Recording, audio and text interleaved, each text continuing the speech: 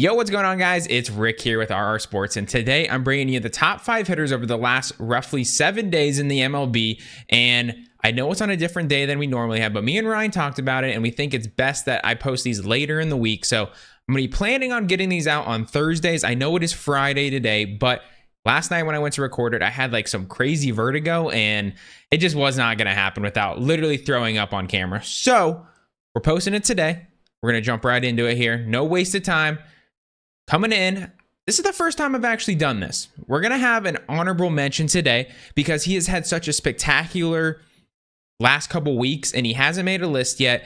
And he honestly didn't make the top 5 this week, but it's probably just because of rainouts. And it is Luis Robert Jr., Luis Robert, whatever you want to call him. This dude has been on an absolute different level the past couple weeks. If anyone knows, he probably just missed the cut last week. He's just missing the cut again this week. And I just feel like we got to give him his flowers a little bit. I'm so excited to see him in the home run derby.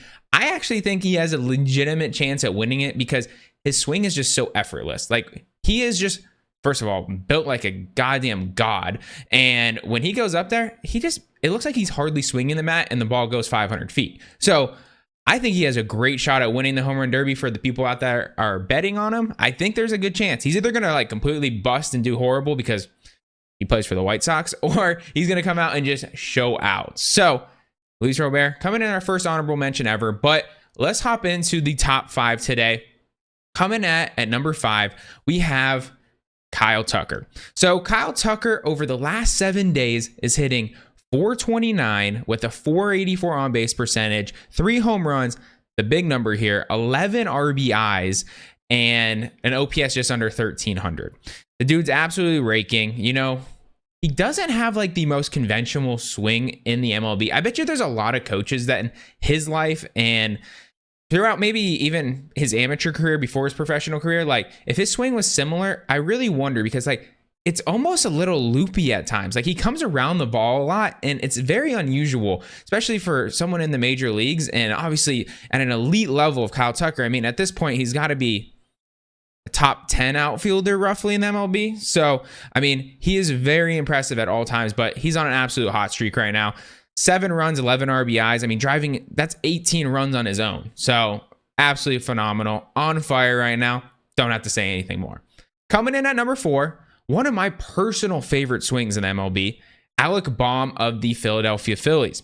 And the reason I talk about his swing, because this guy, when he is on, he is on. And when he is on, he is driving balls to opposite field gap like no one's business. And it is smooth as butter. So coming in at number 4 for us today, he has hit .526 with a .591 on base percentage, 10 hits, only 2 Ks, which is massive for him. That's when you know he's hot. He's not K'ing. And an OPS over 1,500.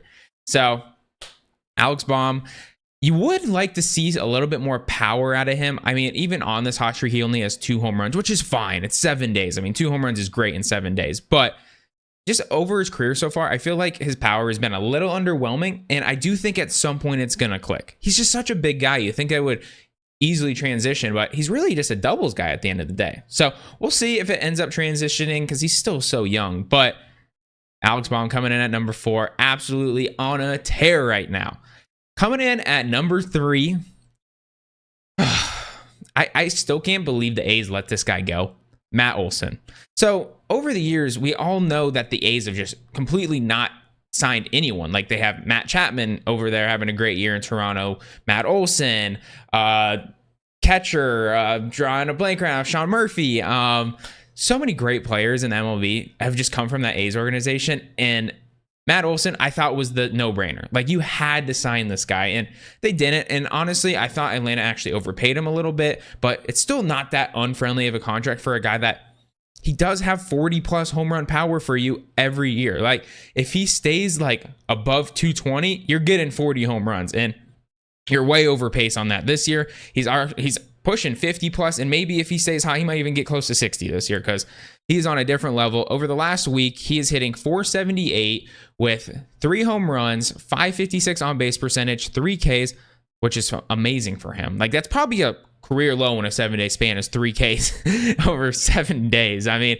OPS just, I'm going to say 1600. It's at 1599, and he's just freaking raking right now. I mean, the dude, I don't know what else I can say. I think the number one thing I already pointed out was when he doesn't strike out, he is so hard to get out. And coming in at number 2 today, ookieBets. You know, what can you say about the guy? I mean, if you're an advanced metrics guy, you love ookieBets. If you're an average, like old school baseball player guy, you do not love ookieBets. You look at him, you're like, average is okay, power is solid, obviously, but like nothing really jumps off the table for ookieBets when you just look at the basic metrics. But then you see stats like this. This happened a few days ago, so he's gotten out since. But at one point during the 7-day span, he had a string of 15 straight plate appearances without getting out. Like, that is the longest streak in 50 years in the MLB. Like, and nobody talking about it. Don't worry, nobody. The only way you're going to find out about it is if you go on Twitter. Some people were talking about it. But other than that, no national media, nothing. First time in 50 years. He went walk, walk, double, double, sack fly, walk, home run, single, walk, double, walk, sack fly. That is ridiculous in a 15 game or 15 at-bat span. Like, that's absolutely dumb. Let's get down to the actual numbers here, though. He hit 3 home runs, 435 average, on-base percentage near 550, OPS just under 1600, 7 RBIs, 8 walks. 8 walks is the big one. That's a giant number. That's more walks than days that we're talking about here. So, ookieBets, what is there to say? The dude is a fantastic athlete. I mean, he'll never get the credit because he's such a star, but like, this dude is a legit utility player, and the Dodgers are using him all over the place this year, and I love to see it. So, and unfortunately for them, it's mostly because of injuries that he has to play different spots, but as a D-backs fan, not that mad. So, ookieBets coming in at number 2 for us today. And coming in at number 1 today, guys. Do I even have to say it? Like, I guarantee you guys can already feel it coming out of my mouth before I even say this, but Ronald Acuna Jr. I mean, do I even have to explain? I mean, 3 weeks ago, I thought Corbin Carroll was arguably the MVP. Like, it was arguable. Like, you could say Corbin Carroll, Ronald Acuna Jr., like, pretty neck and neck. Since that moment, since people started talking about Corbin Carroll, I wouldn't say he like slump, but like a little bit of a step down from what he was doing because he was on an absolute tear. But Ronald Acuna Jr. has just been unfreaking real. The fact that he has 40 stolen bases before the All-Star break? Are you kidding me?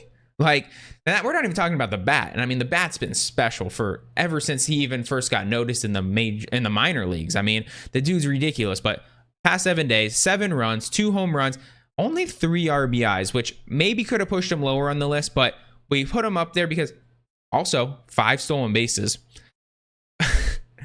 417 average, only struck out twice, 3 walks, 10 hits. OPS is only at 1200, but I think he earned number 1 this week. Yes, some of these guys have higher OPSs and whatnot, but like, does anyone have the impact that he's bringing right now? Like, truly on an MVP level, other than Shohei Ohtani, because that dude's an alien. Like, he's not real. He doesn't, do I even need to put him on lists anymore? Like, he hit a ball this week 500 feet, but he didn't actually qualify for the list this week. He wasn't as good as these other guys, but that's an alien.